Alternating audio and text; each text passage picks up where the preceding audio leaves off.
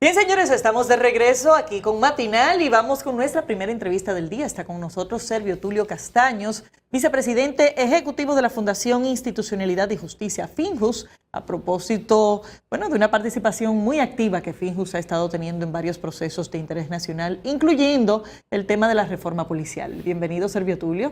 Qué bueno tenerte por aquí, caramba, y déjame presentar la queja pública de que hacía mucho tiempo que no venías. Bueno, señores, gracias una vez más por la invitación. ¿Y aquí en qué momento?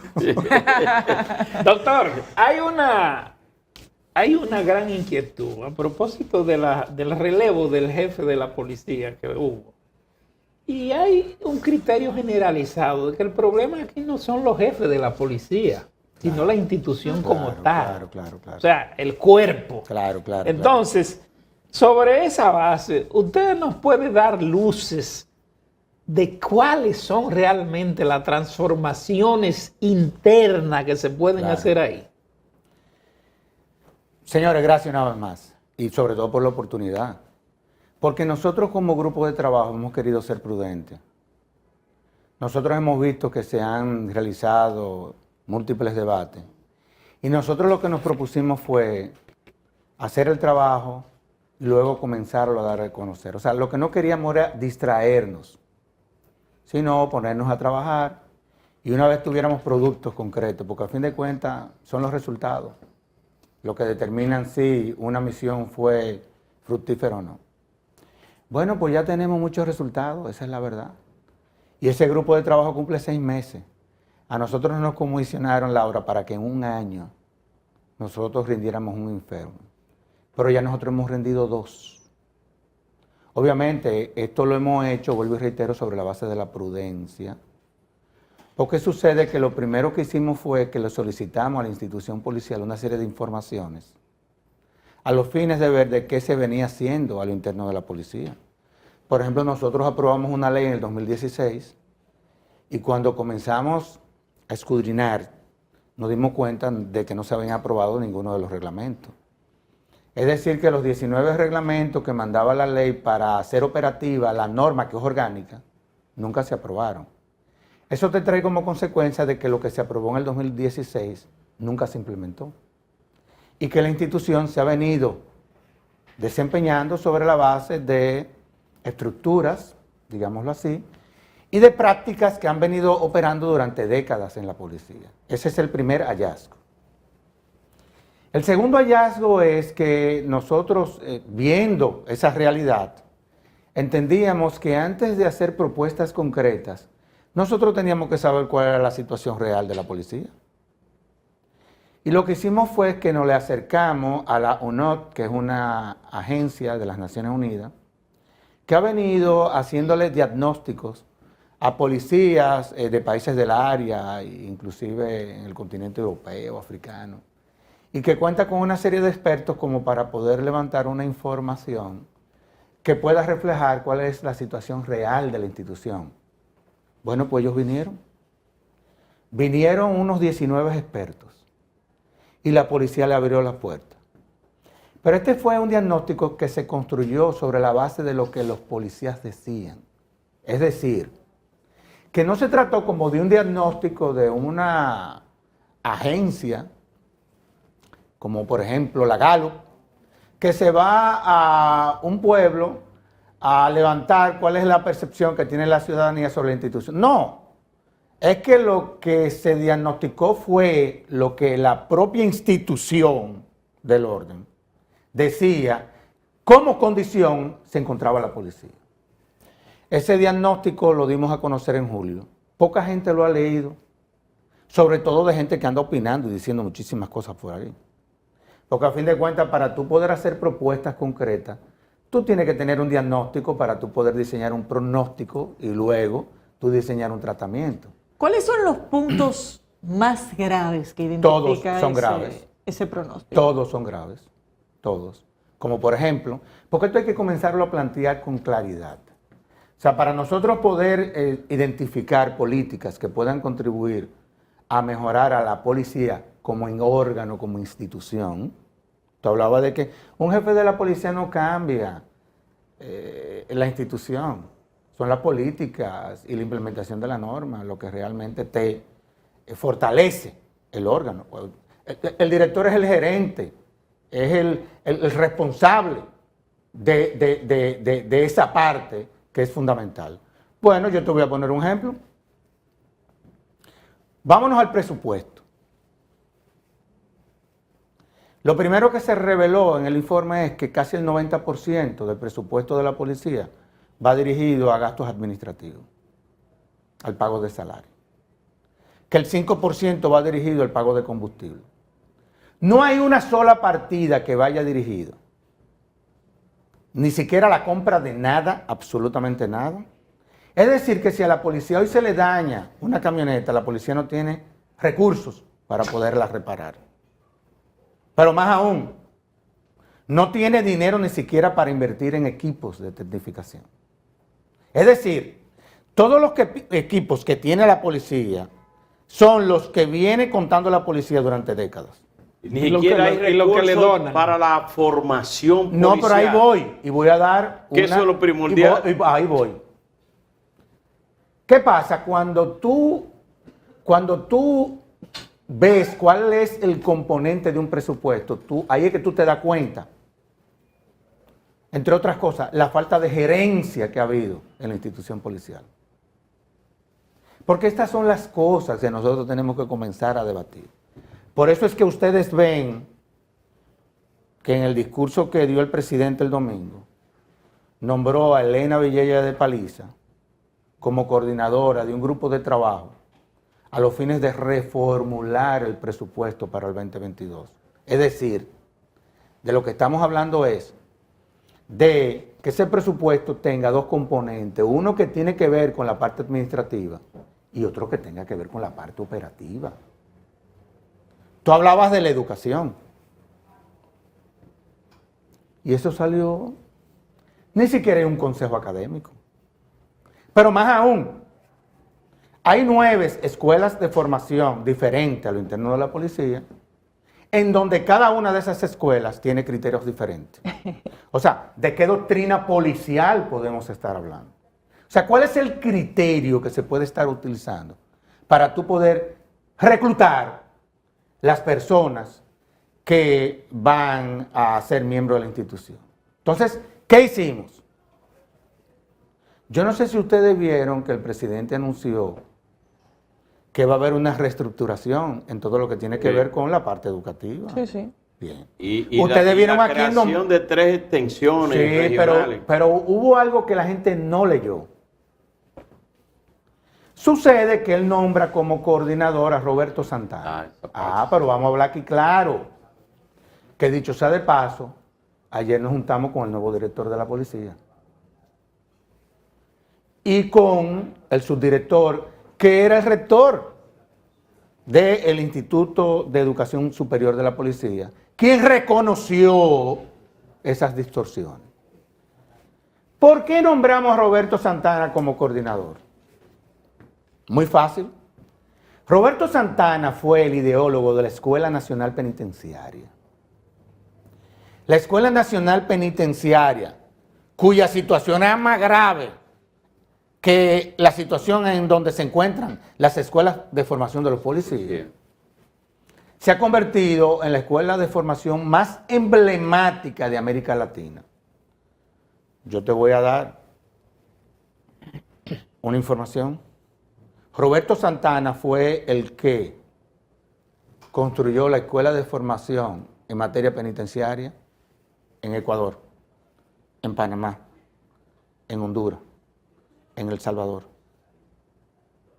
en la República Dominicana, Roberto Santana, en el Paraguay. Y decía él ayer que no es verdad que en este séptimo reto, porque sería ya la séptima escuela, él va a fracasar. De eso es de lo que estamos hablando. Y tú hablabas del tema de la educación. Hoy, la policía, si tú ves el presupuesto, tú te vas a encontrar que hoy la policía no tiene recursos para poderle darle formación si quieres reclutar nuevos miembros. De eso es de lo que estamos hablando. O sea, eso de estar hablando y está diciendo cosas por ahí. No, vamos al centro de la reflexión. Doctor, y lo que tiene que ver con la depuración de la Policía Nacional, porque hay muchos que necesitan educación. Yo no sé, caminero, si tú me estás leyendo. Sí. Doctor, oye, que pasó. Perdón, déjame incluirle dentro de eso que dice Laura. Yo planteaba, digo, hasta que un policía no vea el ser policía como ser una profesión, como lo que es. Como es un maestro, como que estudia para ser maestro, no tendremos una policía. Pero ¿cómo tú vas a poder lograr eso si muchos de nuestros policías, en cuanto a lo que son los programas de capacitación, no llegan ni siquiera en el proceso de formación a 2 meses? Cuando en todos los países del mundo son o 1 año o hasta 2 años. Por eso es que tú ves que el presidente aumentó de 6 meses, que es lo que tenemos aquí, que eso es deficiente, a 1 año. Porque la gente muchas veces cree como que a nosotros nos nombraron ahí a un grupo de personas que iban a salir con una serie de ocurrencias, digámoslo así. Y sucede que este grupo de trabajo se ha venido acompañando de verdaderos expertos locales e internacionales, porque en este proceso a nosotros nos van a tener que acompañar otros países en donde las reformas fueron exitosas. No, espérate, que quiero, es para que no se vaya. Tú hablabas de la evaluación. Sí, porque eso es como las manzanas, que al final las podremos limpiar, las podremos brillar, las podemos educar muchísimas, pero mientras se mantengan algunas podridas ahí adentro hay un problema. Claro, y que el director de la policía ayer se refirió a eso. O sea, él admite que hay un problema allá. Sí, habló de los malos. Bueno, eso ya de entrada es positivo, porque una negación de ese tema hubiera sido peligrosa. Pero es que ya llegó el momento en que esto lo hablemos con claridad. Tú hablabas de la evaluación. La ley general de la policía habla de que los miembros de la policía tienen que ser evaluados todos los años. Aquí en los 85 años que tiene esa institución, nunca ha sido evaluado ninguno de sus miembros. ¿Qué hicimos?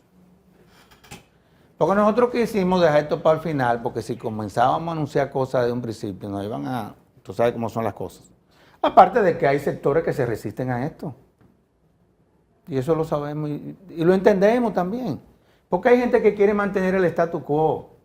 Y cuando vienen los cambios, entonces, ahí es que se le da el tablazo. Doctor, y dentro de la policía, mucha gente dice que dentro de la misma policía están muchos sectores que se oponen dentro de la misma policía. Bueno, pues yo le digo a esos sectores que se unan a este proceso, porque el que se oponga a este proceso se está exponiendo a que se quede fuera. Pero perdón. Sí. No, es que quiero... Tú hablabas de la evaluación. Pues miren, señores, se va a contratar una empresa internacional. No puede ser local. No puede ser local para que la gente entienda. Porque tú sabes que este es un país donde existen los amiguismos. Y comienzan entonces a presionar y a decir que ese es el hijo de fulano, que no, mira, revísele la cosa a Mengano. No. ¿Qué fue lo que hicimos? Nosotros en este proceso nos están asesorando la Policía de España, la Policía de Colombia, la Policía de Honduras, la Policía de Panamá, la Policía de Chile, la Policía de Nueva York, entre otras que son policías cuyas reformas han sido exitosas. Pues nosotros hemos identificado una serie de empresas que se encargan y que han hecho ese trabajo de manera exitosa en esos países. Es decir, que tienen un know-how, están certificadas, digámoslo así.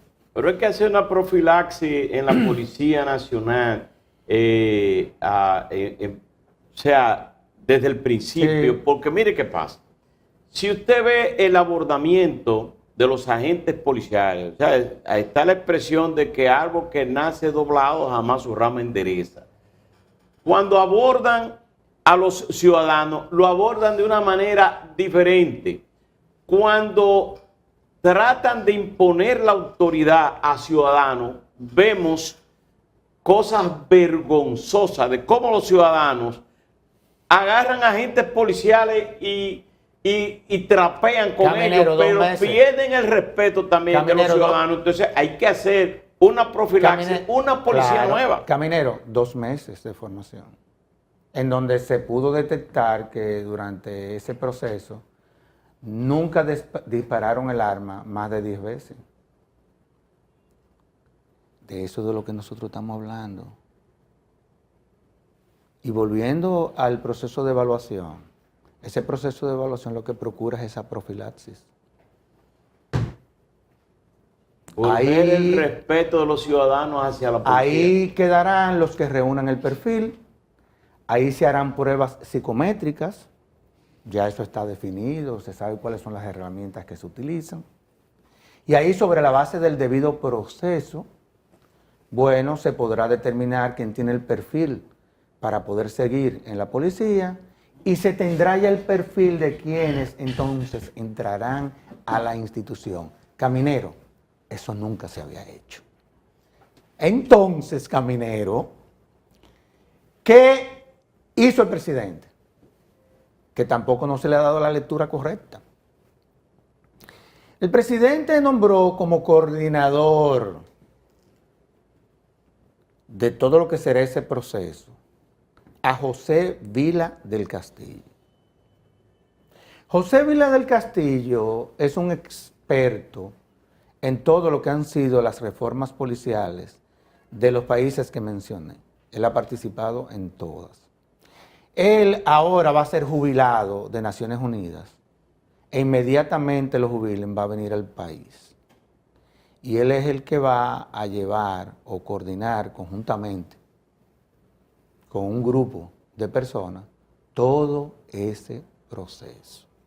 Pero mire, No es que las Naciones Unidas van a dirigir el proceso, es que una persona que saliendo de Naciones Unidas, que tiene la expertise, es el que va a coordinar el mire, proceso. yo soy de los ciudadanos que esperan esa reforma policial y que sea exitosa. Pero una cosa es lo que está haciendo el gobierno de manera correcta y ustedes manejando y ocupando su tiempo para ayudar a la población. Bueno, aquí se ha hecho un trabajo. Pero también tenemos que eso tiene que ir al Congreso y en el Congreso hay unos expertos en nada, pero que son expertos y comienzan a desmontar todas las cosas que se Bueno, han mira, la hecho. única atribución que tiene el Congreso en un proceso como esto es aprobar el presupuesto. Y eso lo hacen ellos como un Pero sello el, mígrafo y el normalmente. presupuesto lo aprueban sobre la base de lo que el Ejecutivo le somete. Exacto.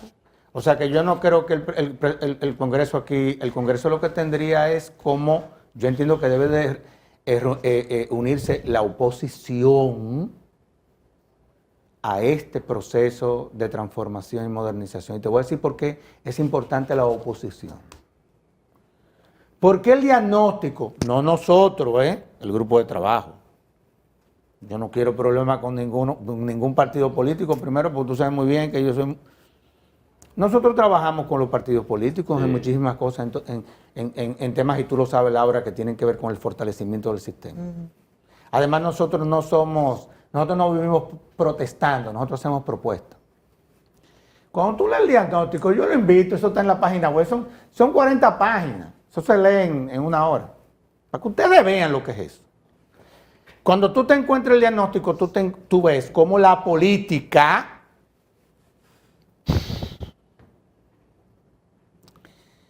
ha desnaturalizado a la policía. Eso sale, eso le da en la cara al que lee eso. ¿Cómo ha desnaturalizado la institución? Por ejemplo, porque esas son prácticas que tenemos que pautar para que no sigan pasando. Cuando se están reclutando policías, ¿cuál es la mayor presión que históricamente ha tenido el director de la policía? O que personas ligadas al Estado, que estoy hablando del Estado, cuando te digo al Estado, el Estado en sentido general, comienzan a llamar al director de la policía para que le enganchen a fulano, a mengano y a sotano, que no reúnen la más mínima condición para ser miembro de la institución. Y ustedes saben el impacto que tienen los políticos, Sin sobre pasar todo por en la institución entrenamiento, policial. sin pasar por entrenamiento. Entonces, ni esas nada. son de las cosas también que hay que poner sobre la mesa, sobre todo ahora que vi que hay un diálogo. Ujú. Y ese es un tema. Ojalá y que dentro de los acuerdos a los que ellos lleguen, esté ese, porque así como uno se la está, cuando digo uno se la está jugando, no es porque haya ningún tipo de riesgo aquí, y te lo digo sinceramente, en esto no le va a pasar nada a nadie. Porque hay una voluntad inclusive de la cúpula policial para que la institución se transforme. Ellos están conscientes de los niveles de deterioro en que se encuentra la institución. Es que la institución ya no da más. Ellos lo saben ya. Pero la clase política tiene que estar consciente de que esa es la realidad y que tenemos que salvar una institución, Caminero, que oye lo que pasa. Cuando nosotros tuvimos en Los Ángeles, Chicago, porque la gente muchas veces percibe que quizá uno no sepa de esto, pero que uno viene bregando con esto desde hace muchísimos años.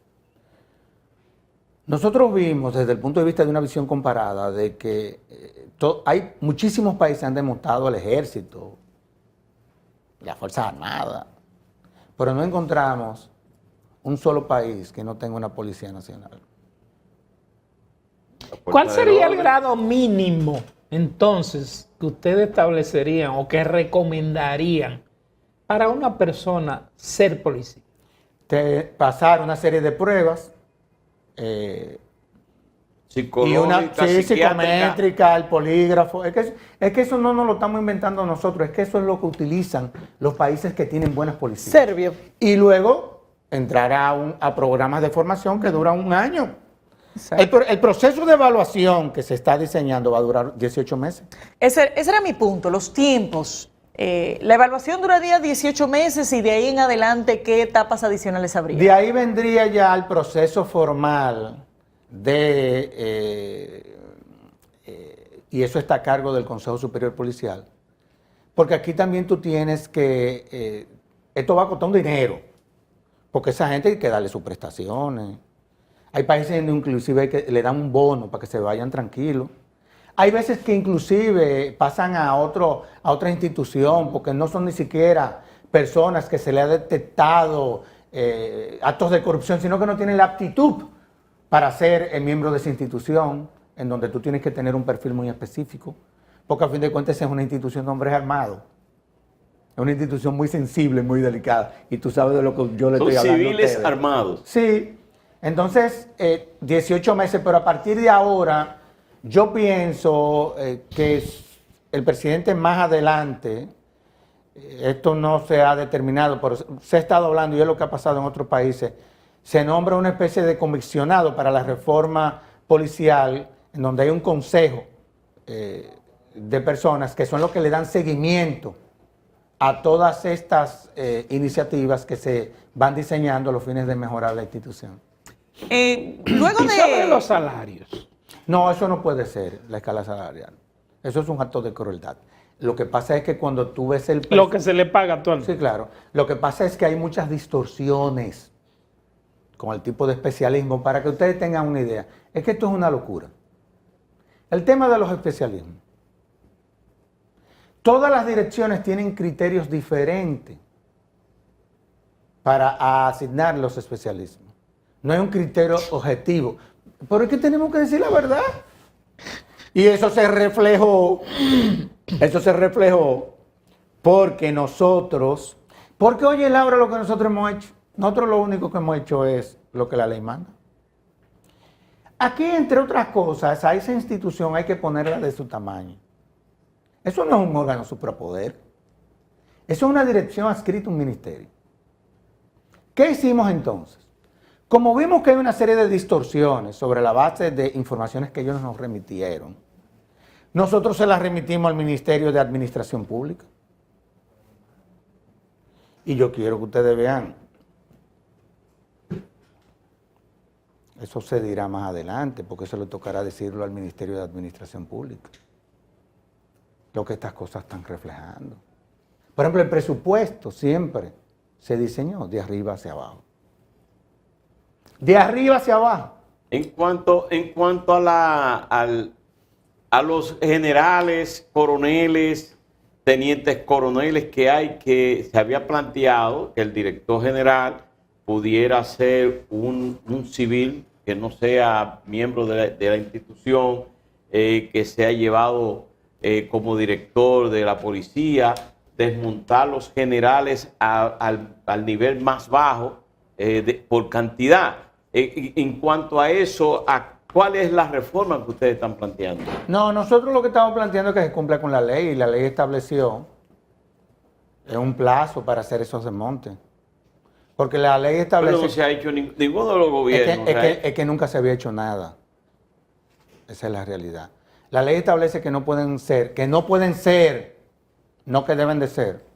Que no pueden ser. Que no pueden ser más de 20. Cuando el presidente Abinader llegó, habían 40 y tantos. 44. Ya hoy hay 30. La ley establecía que debía de producirse ese desmonte a un plazo de 2 años. O establece. Eso nunca se hizo. Pero ya esa es una atribución del presidente Abinader, no del grupo de trabajo. Porque nosotros tenemos que tener bien claro cuáles son nuestras atribuciones. ¿Cuánto va a costar en general todo esto? Mucho dinero. Sí, me imagino, pero... Eso cuesta, un proceso como ese, va a costar más de 300, va a costar algunos 50 millones de dólares. Generalmente cuesta eso. ¿Se pueden conseguir a través de cooperación? Sí, claro, hay muchísimos fondos. A través del plan triangular, inclusive, con Colombia, que se han identificado. O sea, yo no creo que el problema sea la falta de recursos. Hay recursos para eso. Lo que había faltado era la voluntad. Pero espérate, porque yo quiero aprovechar este programa, porque es que yo nunca había hablado en este tono, pero como ya puedo hablar. Sí, porque ya está todo identificado. Cuando tú analizas el porcentaje de oficiales que existen en todas las policías del mundo, no pasa de un 4%. En Colombia sí nos llamó la atención, que es el país que más oficiales tiene dentro de la media, llega a un 11%. Nosotros llegamos casi a un 30%. Un 30%. La política. Y llevar... ¿Tú me estás entendiendo lo que te estoy diciendo? Llevar a la institución de 37,000 agentes a un poquito más. Son 39,000. Son 39,000. Llevarlo por lo menos a 50,000 para que haya mayor cantidad. Pero eso se necesita. ¿Cuál es la expectativa, por ejemplo, del per cápita que debería? Yo te voy a poner un ejemplo. En Honduras es un caso que le ha demostrado a la comunidad internacional que siendo un país pobre, tiene hoy una buena policía. Ellos vivieron un proceso similar al nuestro. El impacto de la reforma policial allá llevó que los niveles de criminalidad que eran de 97 por cada 100,000 bajara a 37. ¿Cómo? Había ciudades en donde estaban 182. El promedio era 117. Bajaron solamente y es una reforma que sigue. Obviamente fue una reforma dolorosa, porque fue una reforma en donde hubo que separar a casi el 40% de los miembros de la institución. ¿Y se necesitan 40,000 policías? Honduras tiene la misma población que nosotros, desde el punto de vista territorial se parece, y lo que tienen son 19,000 policías. O sea, la mitad. O sea, eso va a depender del proceso en sí. No hay un estándar de la cantidad, por ejemplo, como hay con los médicos, etcétera, de qué cantidad de policías 323. Un policía por cada 323 ciudadanos. Sí. Ese sería el estándar. Sí, por un Si fuésemos a hacer una presunción de la cantidad de policías que se podrían quedar en esa reforma. Eso lo determinará el proceso de evaluación, porque eso varía mucho. Hemos visto que hay países en donde se va el 15 o en otros se fueron un 28. Eso varía mucho.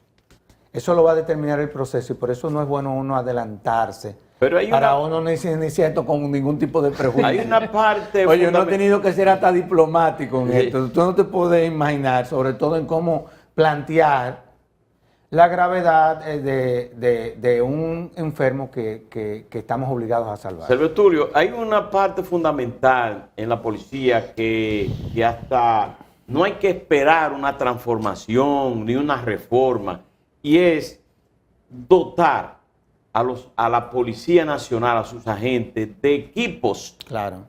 y de crear en toda la ciudad, ampliar, porque hay muchísimas cámaras, es duplicar las cámaras que hay Pero se van en esa dirección. para prevenir el delito. Ya, por ejemplo, el presidente anunció que los policías, los que estén en las calles, sus actuaciones van a tener que estar amparadas por cámaras.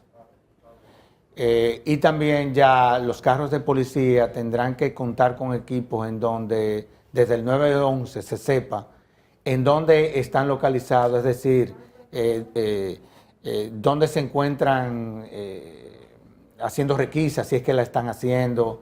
Es decir, ya se comienza a dar ese paso. Pero miren qué pasa. Ahora, yo no sabía que la situación era tan complicada. Pero mire un agente policial que amanece patrullando, combatiendo el delito. Eso es un acto de crueldad. Combatiendo el delito y que le pagan poco, pero porque la mayoría de los agentes policiales tienen calidad y son gente de honor.